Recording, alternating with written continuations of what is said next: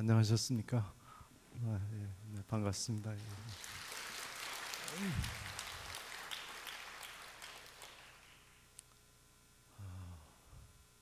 예배를 이렇게 한국말로 예배를 드려야 되는데 참 일본 교회에 있다 보니까 참 한국말 저 불과 이제 간지 뭐 10달밖에 안 됐는데 어떤 말은 생각이 잘 안 나요. 그래서 참 이게 다시 여러분이 늘 기도해 주시고 또 후원해 주시는 가운데 저희들 잘 있습니다. 사실 10달밖에 안 됐으니까 아직 이렇게 돌아올 때가 아닌데 요 때가 아니면은 돌아올 시간이 없어요. 이번 월요일부터 3주간 이렇게 저희 일본 학교가 여름 방학을 맞았습니다. 그래서 이제 이 방학을 이용해서 좀 들어와서 뭐 좀 건강 진단도 받고 치과 치료도 받고 또 혼자 계신 우리 장모님도 좀 뵙고 또 다른 가족들도 좀 만나고 또 뭐 몇 가지 이렇게 처리할 일이 있어서 들어왔습니다. 나갈 때는 한일 관계가 좋았어요. 나갈 때는 10달 전만 해도 아무 문제가 없었습니다. 그런데 이렇게 들어오려고 하니까 이제 얼마 전부터 이래가지고 굉장히 이제 괜찮냐 이렇게 걱정하시는 분들이 많은데 한마디로 말씀드리면 저희는 괜찮습니다. 저희가 지금 뭐 일본인 교회에 이렇게 나가고 있지만 적어도 제가 나가는 그 일본인 교회 교인들은 아베를 별로 좋아하지 않습니다. 일본 기독교는 어떻게 보면 그래도 아베의 이런 어떤 그 민족주의 또는 하여튼 그 다시 이렇게 대국을 만들려고 하는 군사대국 만들려고 하는 그런 정책에 일본 기독교는 거의 다 반대 입장을 가지고 있습니다. 제가 살고 있는 곳은 이제 하이지마라고 하는 그런 역에서 걸어서 3분 거리에 살고 있습니다. 그러니까 우리 교회에서 여기 매봉역 가는 것보다 더 가까운데 제가 살고 있어요. 근데 그 하이지마 역에 아침에 학교 가다 보면은 시위를 해요. 시위. 그러니까 일본은 시위를 해도 막 사람들이 소리 지르면서 시위하는 게 아니라 한두 사람이 나와가지고 저건 말하면서 시위합니다. 근데 그 사람들이 누구냐면 일본 공산당 당원들이에요. 아베가 헌법 개정하려고 하는 것 이거 잘못됐다. 계속 그냥 이렇게 설득하듯이 그렇게 합니다. 일본 교회는 물론 일본 교회 중에 어떤 교단은 아주 친정부적이고 극우적인 그런 성격을 가지고 있는 그런 교단도 있습니다. 그러나 그런 교단은 사실 전체에 비하면 아주 소수이고 그나마 그래도 일본에서 양식이 있는 사람들은 기독교인이다 이렇게 말씀을 드릴 수 있고요. 특별히 제가 나가고 있는 이 아키루다이 바이블 처치라고 하는 이 교회 담임 목사님은 한국말을 잘하세요. 다 이렇게 알아듣기도 하고 또 읽기도 하고 좀 말만 조금 이렇게 서투신 분인데 이분이 한국 역사를 많이 독서를 통해 공부를 하셨어요. 그래서 어떨 때 얘기하다 보면 저도 잘 모르는 삼국유사를 그분은 얘기하시는 거예요.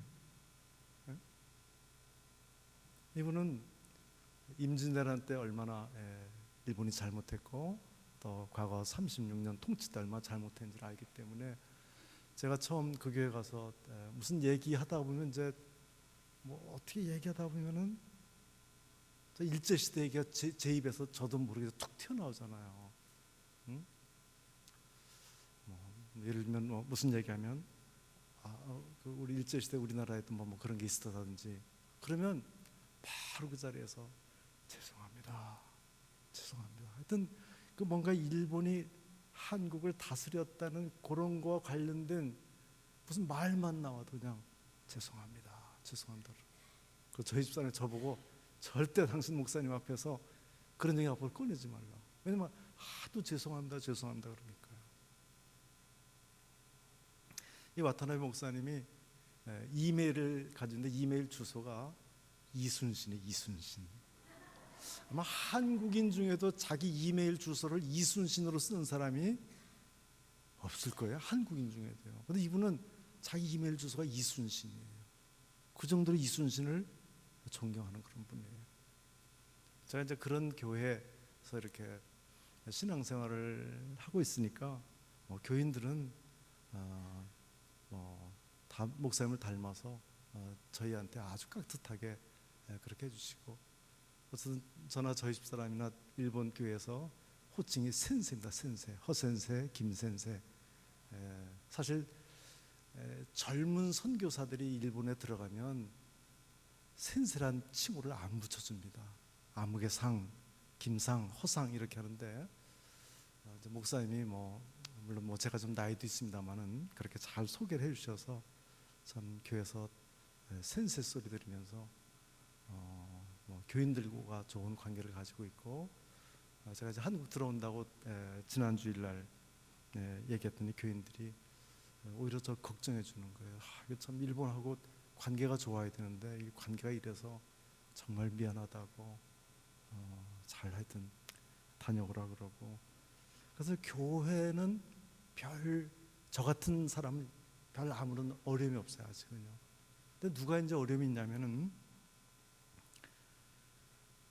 일본인을 상대로 전도하려고 하는 교회들은 이제 벌써 일본인들이 우리 매스컴을 통해서 모든 어떤 정보를 우리가 받아들이지, 일본도 일본 매스컴을 통해서 받아들이니까 그런 데는 좀 어려움이 있고, 제일 어려움 있는 분들은 일본에서 사업하는 한인들입니다.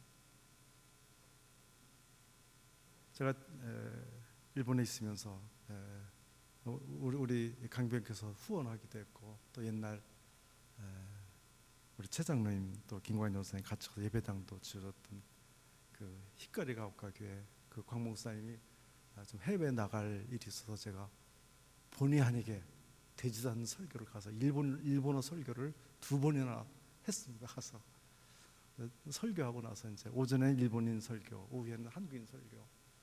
오후에 이제 한국인 만났는데 그 사업을 아주 꽤 크게 하는 집사님이 있더라고요. 전량 뭔가를 제조해서 일본인에게 이제 납품하는 그런 데인데, 이 한국하고 일본이 이런 관계가 되고서 어느 날 갑자기 수년간 이렇게 정말 사업 관계를 유지하면서 아무 문제 없던 사람이 딱 하는 말이, 제가 정확한 그 가격은 모르겠는데, 예를 들면 오늘까지 10,000원에 납품했던 물품을 5,000원에 내라. 5,000원에 내면 받아주고 종료차는 10,000원으로 못 받겠다. 그래가지고 이 집사님이 너무 황당해가지고, 자기가 그 사람하고 잘못한 것도 없고 그런데 갑자기 일본인이 그냥 그렇게 그냥 그 안면을 바꾸면서 나오는 바람에 일단은 자기가 수입이 반토막이 났다 그러더라고요. 그렇게 이제 사업하는 분들은 굉장히 이제 어려움을 겪기 시작했고, 아마 이것은 당분간 계속되리라고 그렇게 생각을 합니다. 저희 이렇게 제가 갔다 처음 온 거기 때문에 조금 저희 삶을 조금 소개하면은, 주일날은 우리 아키로다이 바이블 처치라고 하는 전교인이 한 50명 정도 모이는 그런 교회입니다. 일본에서 50명 모이면은 한국에서 한 500명 모이는 교회라고 생각하면 될 정도로. 그러나 일본도 이미 성도님들이 많이 이렇게 노령화가 돼가지고 저희 부부보다 젊은 사람은 한 20% 될까요? 한 80% 이상은 다 저희보다 연세가 드신 분들이에요. 일본도 똑같이 어제까지 교회 나오시던 분이 오늘부터 못 나오고 돌아가시는 분도 있고, 또 어떤 분은 또 정말 넘어져서 고관절 수술하고 병원에 있는 분도 있고, 참 그 일본 교회를 보면은 일본 교회가 정말 10년 후에 어떤 모습을 할까, 한국보다 훨씬 더 상황이 심각합니다. 일본 교회는요. 일본은 지금 인구 보통 한 1억 3천 잡고 있는데, 그 중에 기독교인은 한 한 50만 명 정도로 추정합니다. 퍼센테이지로 0.44%. 그러니까 참 교인들이 정말 적은 그런 나라이죠. 그렇지만 그럼에도 불구하고 하여튼 그들이 참 예수 믿기는 힘들지만 한 번 예수님 믿으면은 아주 신실하게 자기 신앙을 지키면서 그렇게 나아가고 있고, 결국은 옛날부터 예수 믿었던 그 부모의 자녀들이 또 예수 믿고 이런 식이지, 다른 일반인들이 참 예수 믿는다는 것은 이미 태어나면서부터, 일본은 태어나면서부터 절에 가야 되고 신사에 가야 되고 이런 것이 아주 다 그냥 그렇게 얽혀져 있는 그런 나라인데, 그런 것을 다 끊어버리고 교회에 온다는 것이 일본인으로서는 굉장히 힘든 거죠. 자, 그런 나라에 어쨌든 가서 있고, 어쨌든 주일날 교회 가서 열심히 이제 신앙생활하는데, 참 목사님이 저희를 배려해 주셔서, 목사님 설교를 저희가 다 못 알아듣잖아요. 그런데 이분이 그 설교 원고를 작성해가지고 구글 번역기를 이렇게 돌려요. 그러면은 정확한 번역은 아니지만 한 60%쯤 맞는 그런 한글 번역본이 나와요. 그걸 저희한테 주시면은 이제 제가 목사니까 이렇게 보면 이제 무슨 말씀 하려고 하는가를 다 알죠. 그걸 통해서 이제 어쨌든 주일마다 이제 은혜 받고 있고, 설교만을 통해서 은혜 받는 게 아니라 제가 가서 참 좋은 목사님을 만났어요. 좋은 목사님 만나가지고 그 목사님의 검소하고 겸손하고 또 섬기는 그런 모습을 통해서 많이 은혜를 받고 있습니다. 이 목사님이 제가 가던 첫 주에 이제 그림을 생각해서, 자, 이제 첫 주에 예배를 마치면 이렇게 식탁이 펴지고 거기에 이제 둘러앉아서 식사를 하지 않겠습니까? 근데 목사님이 안 보이는 거예요. 목사님이요. 그 사모님이 목사님 어디 가셨어요? 했더니 목사님이 주방에 들어가 계신 거예요. 그 주방에 들어가서 다 커피 내오고 음식 내오고, 그래서 교인들을 먼저 다 앉게 하세요. 교인들이 다 집어먹습니다. 집어먹어도 별거 아닙니다. 샌드위치 2조각이 이제 점심 식사인데 그것도 이제 돈 내고 사 먹는 거예요. 근데 목사님이 이렇게 좀 샌드위치 쓸다 보면 좀 부스러기 같은 거 있잖아요. 좋은 거 교인들이 다 먼저 집어다 먹게 하고 부스러기 조각 갖다가 저 귀퉁이 앉아 잡수시는 거예요. 제가 굉장히 하여튼 그 첫 주에 충격을 받아가지고 사모님 보고 물어봤어요. 그 일본인 사모님 보고 그랬더니 그냥 사모님 뭐 그냥 대수롭지 않게 그냥 넘겨가시더라고요. 근데 그날 설교 본문은 정확히 기억 안 나는데 내용이 뭐냐면 섬기라는 거였어요. 그래서 제가 오늘 목사님이 설교를 섬기라고 했으니까 한번 시범을 보이는 모양이구나 그렇게 했는데 계속 그렇게 하시는 거예요. 그래서 밥을 먹고 나서 이제 뭐 그 정도 이제 저 정도 해야 되는 모양이구나.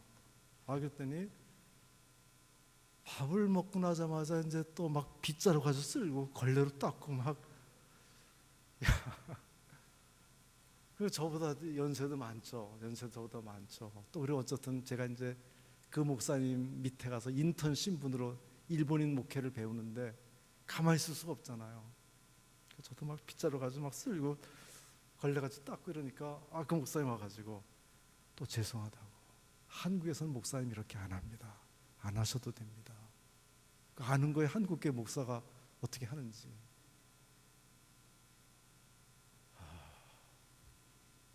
그래도 그 목사님이 그렇게 하니까 우리 교회에서 제일 연세가 많은 할아버지는 94세 되는 할아버지예요. 아주 정정하세요.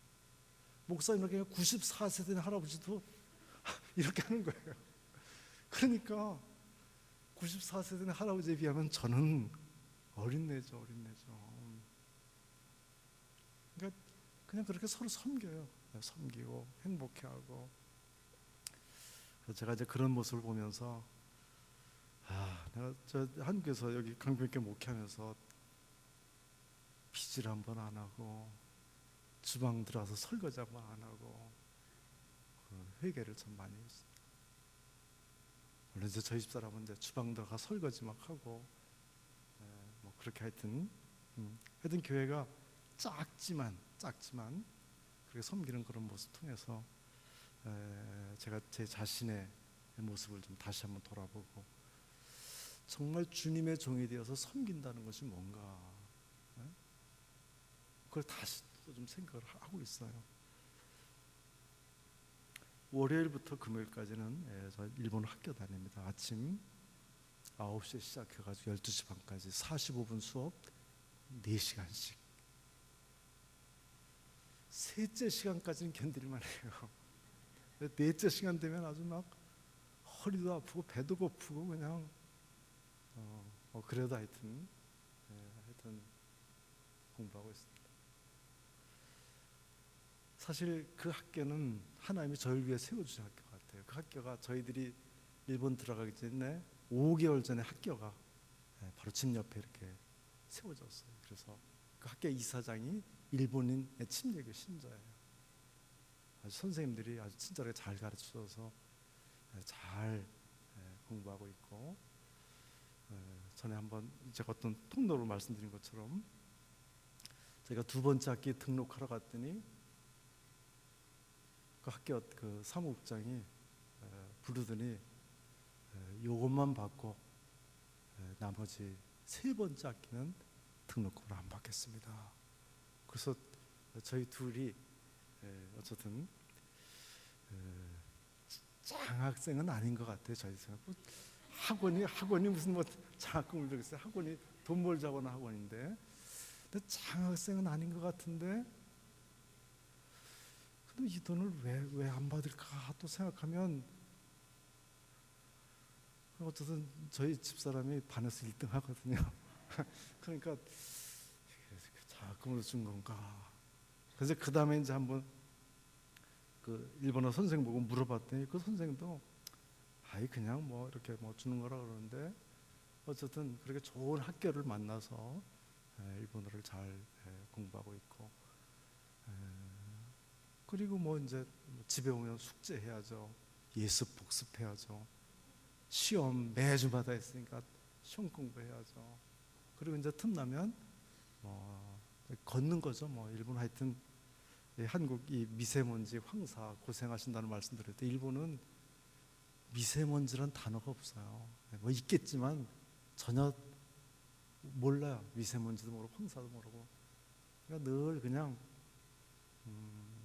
한여름 되기 전에는 낮에 걷고, 요즘에는 이제 밤에 걷고, 걸어서 이제 저희 건강을 잘 유지하는데, 처음에 가가지고 이제 첫 겨울 맞으면서 된통 알았어요. 감기 어떻게 걸려가지고 완전히 들어누워서 일주일 동안 학교도 못 가고 이제 앓는데, 그때 이제 체중이 68kg까지 내려갔어요. 여기서 이제 목회할 때보다 12kg가 빠졌어요. 다시 이제 회복이 돼가지고 지금 이제 한 72쯤에서 이렇게 멈췄는데, 여러분 보다시피 제가 아주 이제 건강해졌습니다. 건강하고 몸도 가볍고, 이제 옛날에 입던 옷을 못 입는다는 문제는 있지만 건강하고, 저희 집 사람도 역시 같이 건강하게 잘 지내고 있습니다. 저희 앞으로의 좀 뭐 그 진로가 어떻게 될까, 물론 뭐 정확한 건 하나님만 아시고 저희도 모르죠. 그러나 그래서 예상해서 말씀을 드리면, 저는 이제 내년 3월이면은 일본 학교를 졸업을 합니다. 졸업하면 어느 정도 수준이냐면은 일본은 이제 기초 문법을 다 떼는 수준이고, 지금도 일본에서 그냥 사는 데는 이제 불편이 없게 됐어요. 그냥 뭐 우리가 하고 싶은 말은 적어도 할 수 있으니까요. 그러나 이제 일본인들이 빨리빨리 하는 말은 아직도 알아듣기 힘들고요. 그래서 목회를 하려면은 알아들어야 되고, 또 뭐 상담도 해야 되고, 좀 이래야 되니까 그런 과정을 좀 더 이제 저희가 공부를 더 해야죠. 이제 그래서 공부를 좀 더 해야 되고,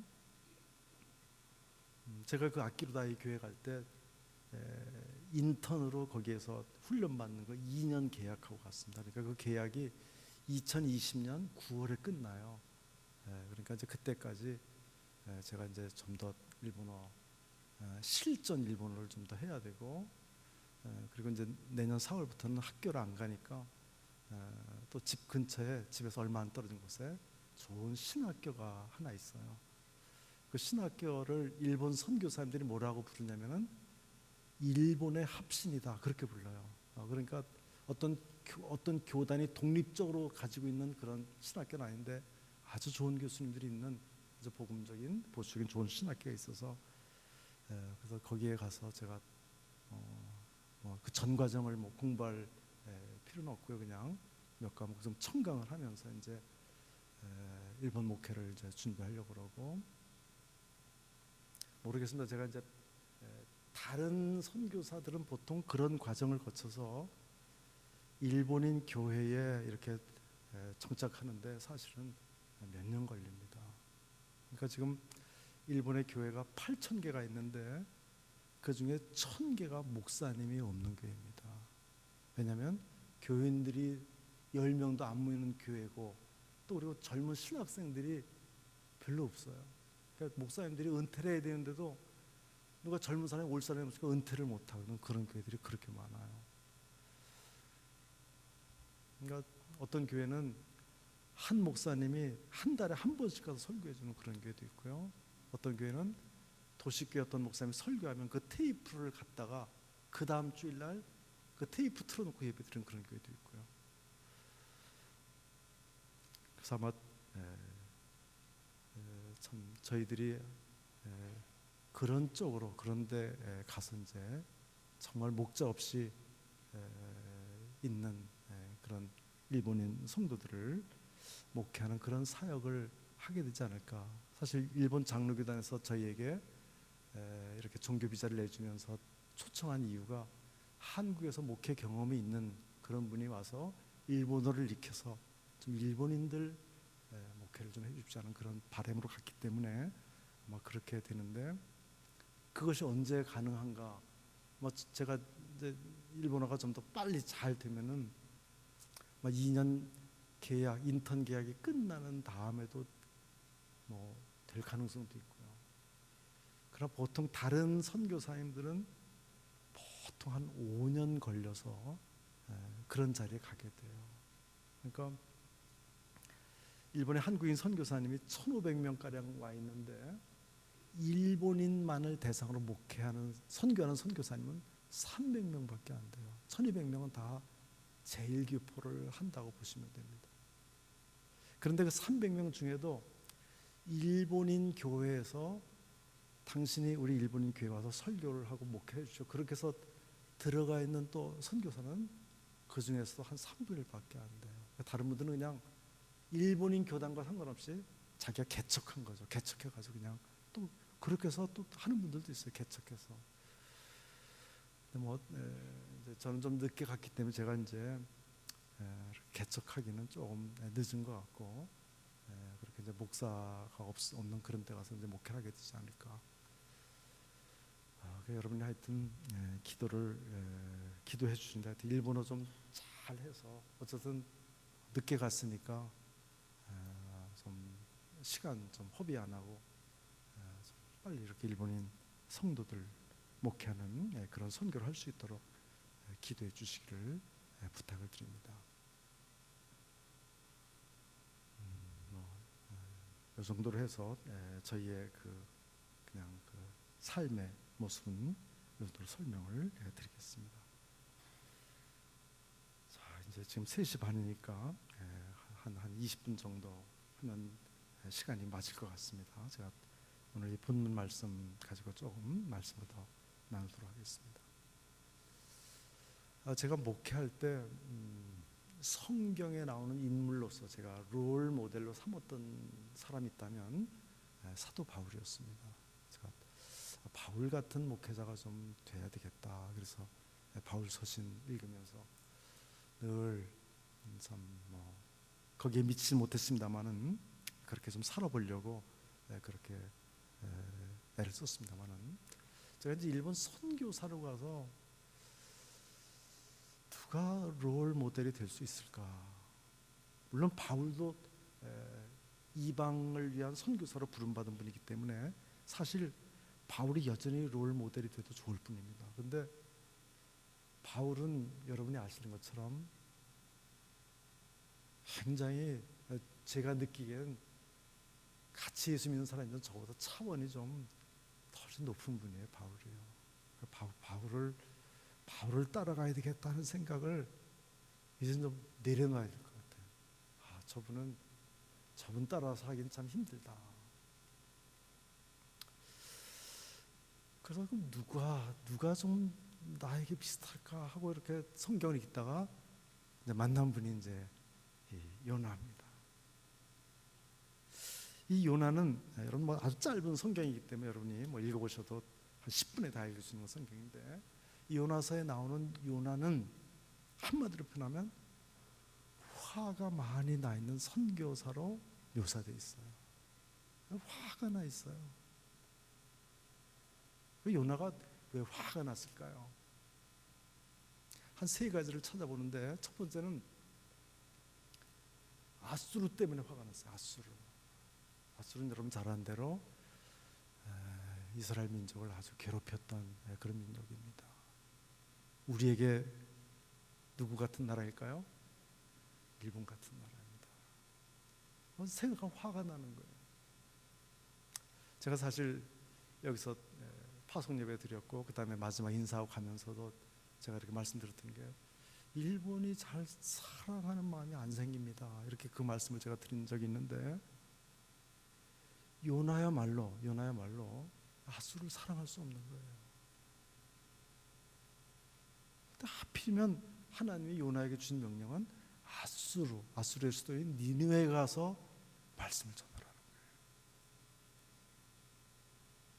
저도 사실 잘 아신 대로 쿠바 가고 싶어서 쿠바 정탐까지 갔다 왔다가 이렇게 하나님이 일본으로 트시는 바람에 일본을 갔습니다만은, 그 사랑하는 마음이 안 생겨서 한참 기도했습니다. 그래서 가서 이제 일본인 교회 나가면서 일본인 성도들 만나면서 굉장히 이제 그 일본인 성도들이 저희한테 아주 친절하게 해주고 뭐 잘해주고 또 이러니까 일본인 사랑하는 마음이 이제 생기기 시작했어요. 그래서 참 이렇게 이제 잘 되나 보다 했는데, 한일 관계가 이렇게 되니까 이제 제가 거기서 이제 한국 뉴스를 유튜브를 통해서 듣습니다. 그러니까 뭐 이게 지금 한일 관계가 보통 심각한 게 아니에요. 한국인들이 얼마나 지금 일본에 대해서 분노하고 있는지 말이에요. 어떤 요나가 화가 많이 나 있었어요. 그 아수르만 생각하면. 근데 하나님이 하필 요나를 보낸 나라가 아수르로 가라는 거예요. 요나가 그래도 뭐 선지자니까 하나님 말씀을 물론 처음부터 순종하는 건 여러분 아시죠? 순종 안 했다가 물고기 뱃속에 들어가서 회개하고 나와서 결국 순종을 하죠. 근데 요나가 이제 순종을 하면서 이런 생각을 했을 거예요. 하나님이 주신 명령은 뭐냐면은, 여러분 1장 2절에 보면은 이거예요. 너는 일어나 저 큰 성읍 니느웨로 가서 그것을 향하여 외치라. 그 악독이 내 앞에 상달되었음이니라. 하나님은 니느웨가 얼마나 악독한지, 그 악독이 내 앞에 상달되었으니까 가서 외치라는 거예요. 그럼 뭘 외치라는 걸까요? 외치라고 하는 내용이 뭘까요? 그것은 3장 4절에 나옵니다. 여러분 외치라는 내용은 3장 4절에 이렇게 나옵니다. 요나가 이제 이렇게 외쳐요. 요나가 여호와의 말씀대로 일어나서 니느웨로 가니라. 4절 요나가 그 성읍에 들어가서 하루 동안 다니며 외치리되 40일이 지나면 니느웨가 무너지리라. 이게 하나님이 요나에게 주신 메시지예요. 요나는 니느웨가 아수르가 싫었지만 순종해서 가서 외칩니다. 외치면서 무슨 생각했을까요? 제발 이 사람들이 말 안 들어가지고 하나님이 이렇게 회개할 기회를 줬는데도 회개 안 하는 걸 안 하더니 잘됐다. 이 성읍이 무너진 꼴을 보고 싶었던 거예요. 그런데 요나의 발행과는 정반대로 왕부터 회개하기 시작합니다. 나중에는 일반 백성은 물론이고 동물들까지 다 금식을 합니다. 그래서 결국 하나님이 니느웨를 심판하려고 하셨던 것을 하나님이 철회를 하십니다.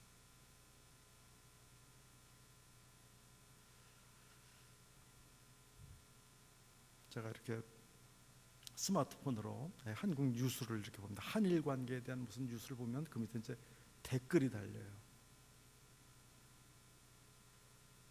태풍 올라온다는 소식도 댓글이 달려요. 그 댓글이 어떻게 나오는지 아십니까? 제발 태풍이 한반도로 지나오지 않고 우로 확 틀어가지고 일본을 확 휩쓸고 지나가고, 일본에는 진도 10이나 되는 강진이 일어나가지고 일본이 폭삭 가라앉게 만들고, 그런 댓글이 한두 건이라 수백 건이 달립니다. 수백 건이. 얼마나 화가 나면 그러겠어요. 네? 그래야 정신 차린다. 네.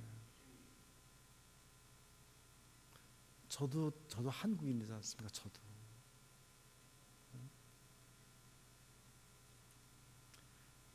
요나도 선지자지만 어쩔 수 없는 이스라엘 민족.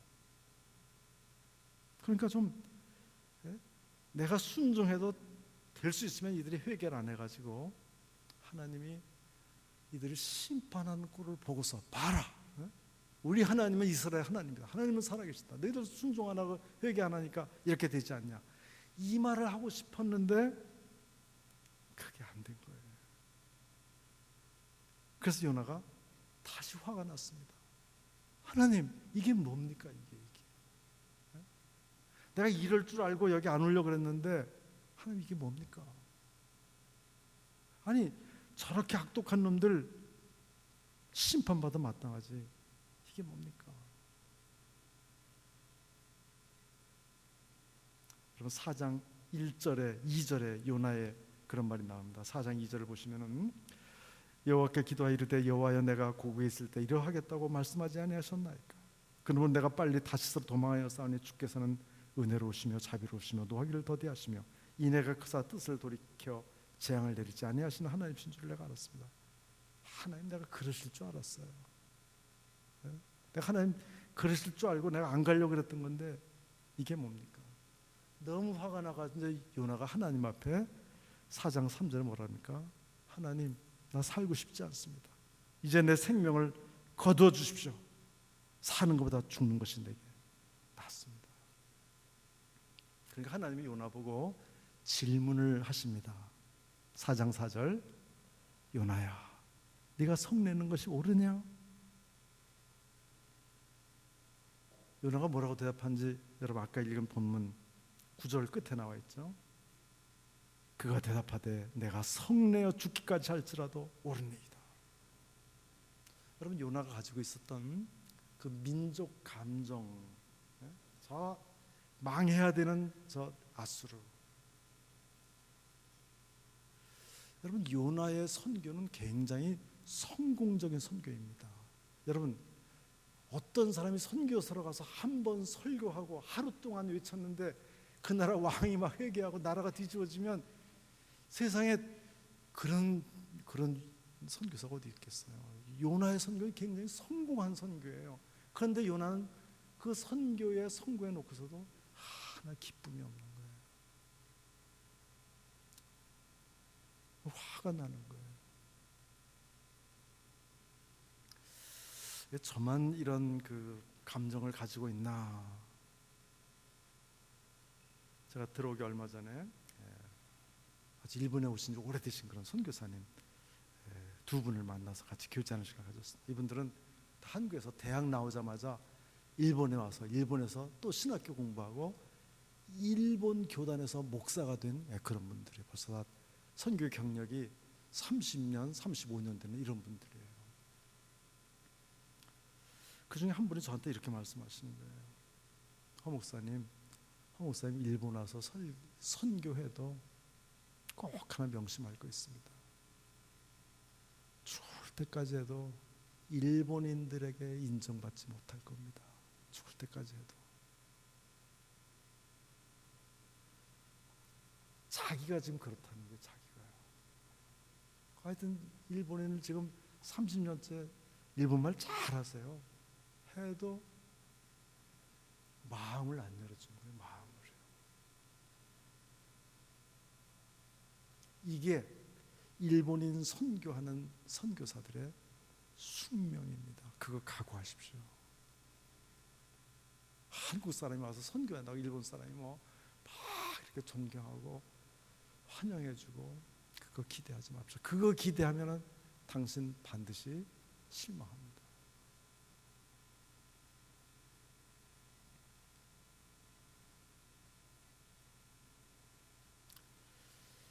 자, 이 화가 나 있는 요나를 하나님께서 어떻게 하면 저 요나를 좀 깨우치실까 해서 하나님이 뭔가 일을 하나 하십니다.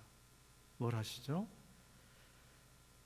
요나가 5절에 보면은 성읍 동쪽에 앉아서 이제 초막을 하나 지어놓고 이 성읍에 무슨 일이 일어나는가를 보려고 그 그늘에 앉아 있습니다.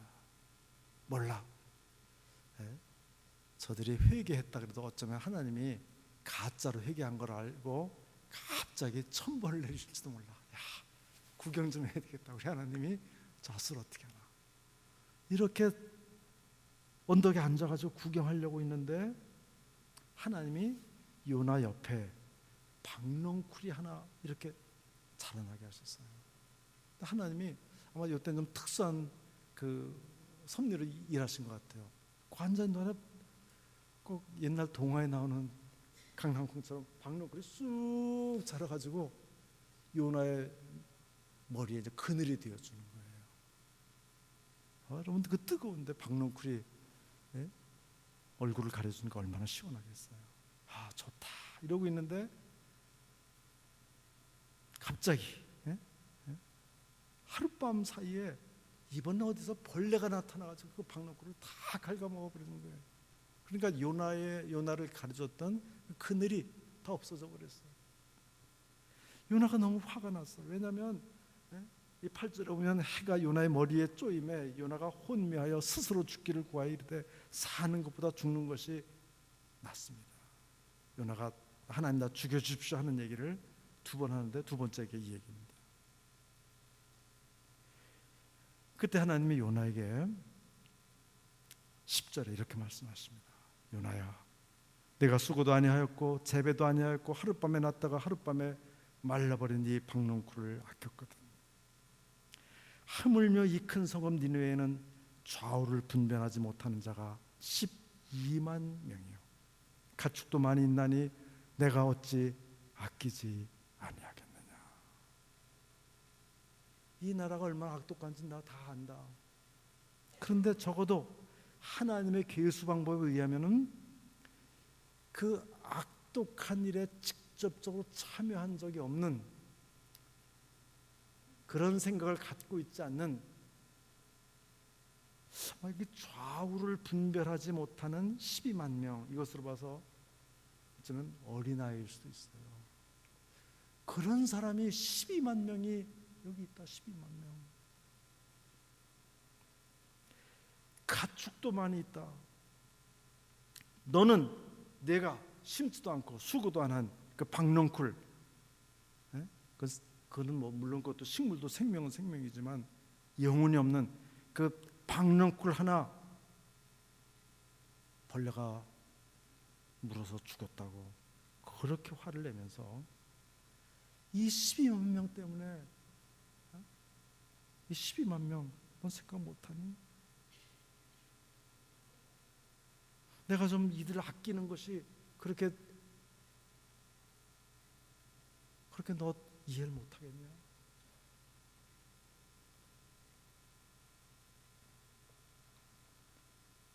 여러분, 요나서는 이 하나님의 질문 끝에 사실 여기 11절을 끝납니다만은 12, 13, 14 이렇게 요나가 답을 해서 한 것이 기록이면 좋을 텐데 이 질문으로 끝납니다. 이제 그 후의 결말은 여러분의 이제 상상에 맡깁니다. 두 가지 가능성이 있습니다. 하나는 하나님, 그래도 나는 죽어도 나는 니네 사랑 못합니다. 나는 저들 천벌받고 납니다. 이렇게 갔을 수도 있고요. 또 하나는 맞습니다. 제가 하나님 생각하시는 그것을 미처 생각을 못했습니다. 제가 하나님 그 마음을 알고 계속 선교하겠습니다. 뭐 그랬을 수도 있고요. 뭐로 끝났을지 몰라요. 근데 이제 이 하나님의 질문이 저한테 이제 다가오고, 여러분, 일본 선교는 뭐 여러분이 뭐 잘 알기 때문에 정말 열매도 다른 나라처럼 빨리 거둘 수도 없고요. 정말 100사람 전도해서 한 사람 믿어도 뭐 그것도 굉장한 거죠. 그것도 아니죠. 그러니까 지금 1억 3천 중에 40만 민다고 생각하면은 어떻게 됩니까, 여러분? 정말 믿기 힘든 그런 사람이지만, 그러나 하나님이 그래도 이들을 아끼기 때문에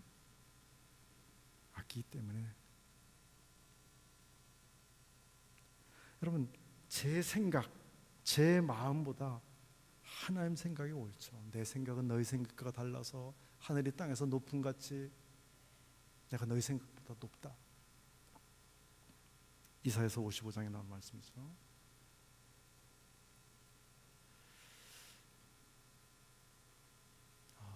하나님의 생각, 하나님의 길을 따라서 가야 되겠다, 그런 생각을 합니다.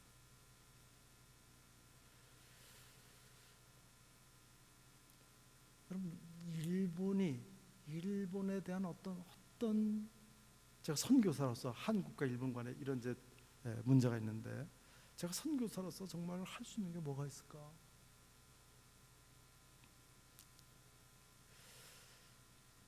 제가 한국에서 한번 이렇게 이제 일본에서 한국 뉴스 검색하는데 한국 덥다는 얘기가 나왔어요. 그 덥다는 얘기가 나오면서 저 동해안의 해수욕장이 몇십 개가 있는데 그 중에 속초 해수욕장이 처음으로 야간 개장을 했다는 뉴스가 떴어요.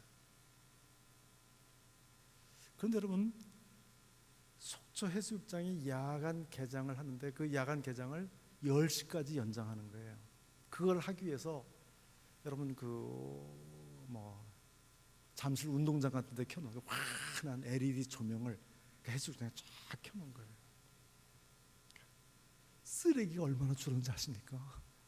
쓰레기가 평소에 100이 나오던 게 40으로 줄어버렸어요. 왜요? 빛이 환하게 켜 있으니까 옛날에 어두울 때 쓰레기 슬금슬금 버리던 사람이 그걸 못 버리는 거예요. 10시까지 개장이 끝난 다음에도 속초시가 그 불을 새벽 4시까지인가 연장해서 계속 켜놨습니다. 뭐가 줄었을까요? 밤새 술 먹는 사람, 밤새 담배 피는 사람, 그런 사람이 또 확 줄어버린 거예요. 제가 그 뉴스를 보면서 들으면 이런 생각했어요. 밖에다가 전기불만 켜놔도 사람들이 악을 행하는 것이 저렇게 감소가 되는데, 만일 그 사람 마음속에 불을 켤 수 있다면, 그러면서 요한복음 1장의 말씀이 생각났어요. 태초에 말씀이 계시니라, 그 말씀이 하나님과 함께 계셨고 그 말씀이 육신이 돼서 이 땅에 오신 분이 예수님이시죠. 그 예수님 안에 생명이 있었으니 이 생명은 사람들의 뭐라고요? 빛이라. 이 생명은 사람들의 빛이라. 그 일본인도 그 빛이 들어온 사람은 그러지 않아요. 빛이 들어온 사람은 다 자기들이 한국에 잘못한 거 사과하고 용서 구하고 이러지.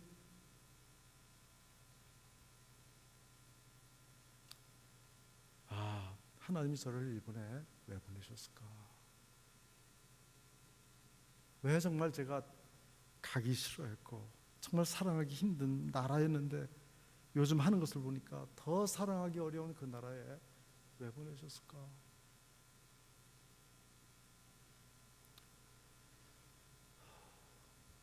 그러니까 이제 선교사들도 어떤 분들은 이제 선교사도 좀 생각나요. 막 선교사들도 막 일본 막 욕하는 선교사들 있어요. 일본에 와 있지만 그냥 막 너무 화가 나가지고 욕하는 선교사들 있어요.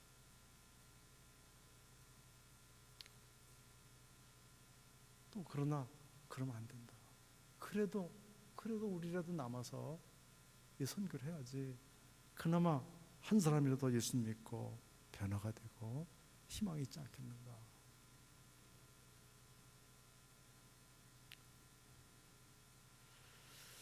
여러분 이제 설교를 마무리하려고 합니다. 요나의 길, 요나가 가고 있는 이 구약에 나타난 요나의 선교의 길, 그게 바로 요나의 길입니다.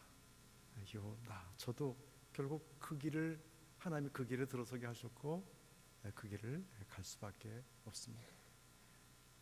그리고 그 요나는 저만 요나가 아니라 여러분도 다 여러분 자신이 요나입니다.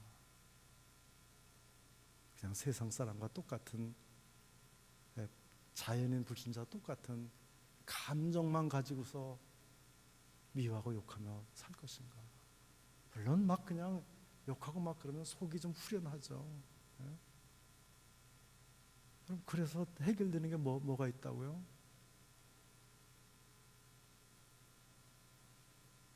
없는 것 같아요.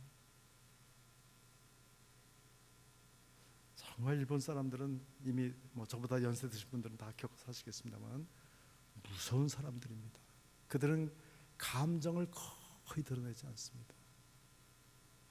얼마나 생각이 깊고 또 머릿속에서 그 계획이 주도 면밀한지. 정말 제가 가서 10개월을 살면서도 그냥 어떤 때는 숨쉬기 어려울 정도로 꽉 짜여져 있고 끊임없이 다른 사람 눈치를 살피면서, 물론 좋은 것도 많아요. 좋은 것도 남에게 폐 안 끼치고 질서 잘 지키고 거짓말 일반적인 차로 거짓말하고 좋은 거 많습니다. 그러나 선교사들은 다 그런 얘기합니다. 20년, 30년을 일본인 상대로 목회를 했어도 아직도 일본인을 모르겠다. 저들의 마음속에 무슨 생각하는지 모르겠다.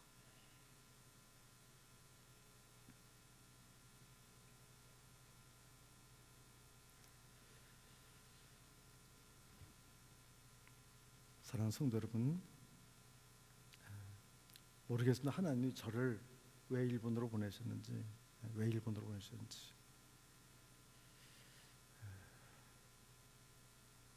그러나 제가 지금 다는 모르지만 적어도 하나님 이 마음, 하나님 마음, 이 큰 성읍 니느웨에는, 이 큰 나라 일본은, 여러분 일본이 그렇게 큰 나라인지 몰랐어요. 우리나라의 한 3배 정도 됩니다. 도쿄 인구만 해도 3,500만입니다.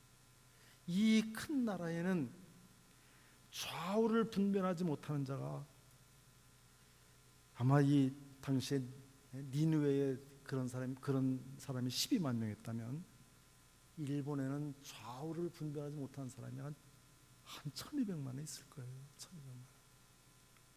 일본 무슨 정치나 역사나 이런 거 상관없이 그냥 태어나서 살다가 그냥 죽어가는 사람, 복음을 아직도 알지 못하고 그냥 일개미처럼 일만 하다가 죽어가는 사람. 여러분 일본 사람은 우리처럼 뭐 이렇게 실컷 먹어보는 것도 못하고 죽는 것 같아요. 한번 그래서 소리내서 웃어보지도 못하는 것 같아요. 말이나 크게 하나, 뭘 한번 실컷 먹어보기를 하나. 여러분 일본 사람은 자기가 태어난 데를 벗어나가지고 저기 뭐 홋카이도 같은데 여행하는 사람은 아주 소수입니다. 오히려 어쩌면 한국 사람이 홋카이도를 더 많이 갔다 왔을지 몰라요. 불쌍한 사람들이에요. 교통비 하도 비싸가지고 불쌍해요. 조용해요. 어떤 때는 그 동네를 걸어가면 제가 세트장을 걸어가고 있다는 생각이 들어요. 집은 분명히 집인데 사람, 보이는 사람도 없고 들리는 소리도 아무것도 없어요. 우리 둘만 다니는 거예요. 얼마나 어떻게 보면 억압돼 있고. 그래서 일본 사람 중에 정말 이렇게 얼굴이 환하게 행복하고 피어 있는 사람은 교회에서 만난 교인들 빼놓고는 없어요. 두려움이 굉장히 많습니다. 불안합니다. 언제 또 지진이 또 터질지 늘 두려웁니다. 저희도 학기마다 지진 대피 훈련 받습니다. 책상 속에 들어가 숨기도 하고 밑으로 뛰어나가려고 하기도 하고요.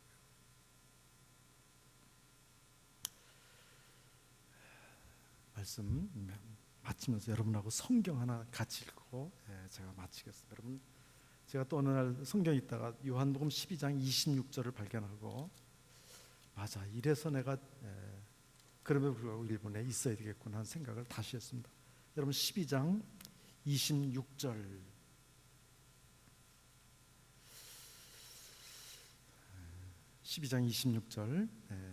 신약성경 169페이지인데요. 우리 한번 같이 읽어보실까요? 시작. 사람이 나를 섬기려면 나를 따르라. 나 있는 곳에 나를 섬기는 자도 거기 있으리니 사람이 나를 섬기면 내 아버지께서 그를 귀히 여기시리라. 예수님 말씀하시기를 누구든지 누군가가 나를 섬긴다고 한다면 나를 따라라. 나 있는 곳에 나를 섬긴 자도 거기 있을 것이다. 예수님이 일본을 포기하고 일본에 안 계신다면 저 갈 이유가 없죠. 예수님이 지금도 그곳에 계셔서 한 영혼이라도 돌아오기를 원하시는 주님이 계시기에 부족하지만 제가 또 그곳에 가서 하여튼 하나님이 허락하시는 마지막 순간까지 복음 전하다가 오려고 합니다. 여러분 계속 기도해 주십시오. 기도하겠습니다. 하나님 아버지, 하나님이 세우신 이 아름다운 공동체 강변교회에 오랜만에 다시 돌아와서 사랑하는 성도들을 대면하여 하나님 이렇게 하나님 말씀을 나누며 또 제가 이번에 살았던 이야기를 나누게 하시니 감사합니다. 하나님, 요나가 니느웨를 그렇게 가기 싫어했던 것처럼 저뿐만 아니라 요즘 우리 한국 사람들이 다 마음이 일본으로 인해서 하나님 화가 나 있고 정말 일본이 망하기를 바라는 그런 국민들이 점점 많아지고 있습니다. 하나님, 우리도 혈육이 있는 대한민국 사람이기에 우리도 그런 감정에 휩싸일 때가 있나이다. 하오나 주님, 그럼에도 불구하고 주님이 그 악독한 니느웨 성을 돌아오도록 선지자를 보내셨고 그들 회개할 때 하나님 내리기로 했던 재앙을 다 철회하셨던 것을 저희들이 압니다. 하나님, 우리도 요나와 같이 하나님의 마음에 우리의 마음을 내려놓고 어쩌든지 저 민족이 예수님 믿어서 한 사람이라도 더 그 심령에 생명의 빛 되신 주님이 들어오셔서 정말 일본 민족이 변화되어 다른 나라를 오히려 섬기는, 그리고 다른 나라의 그 경제력을 가지고 많은 선교사를 파송할 수 있는 그런 나라가 되도록 은혜를 베풀어 주시옵소서. 하나님, 강변교회를 축복하며 기도합니다. 우리 이수환 목사님을 보내주셔서 이렇게 교회가 안정되고 또 하나님 잘 이렇게 더욱 내실 있게 세워져 가게 하시니 감사합니다. 우리 목사님, 사모님, 또 모든 우리 장로님들, 권사님들, 집사님들, 모든 성도들, 우리 저 청년부부터 유아부에 이르기까지 강변의 이름을 두고 있는 모든 영혼들 하나님 축복하여 주셔서 늘 하나님 안에서 감사하고 기뻐하고 즐거워하면서 이제까지 해왔던 것처럼 더 많은 사람들에게 예수 그리스도의 복음과 사랑을 나누어주고 섬기는 정말 하나님이 기뻐하시는 우리 강변교회 되게 하여 주시옵소서. 하나님, 세월이 흘러감에 따라 한 분 한 분 이렇게 세상을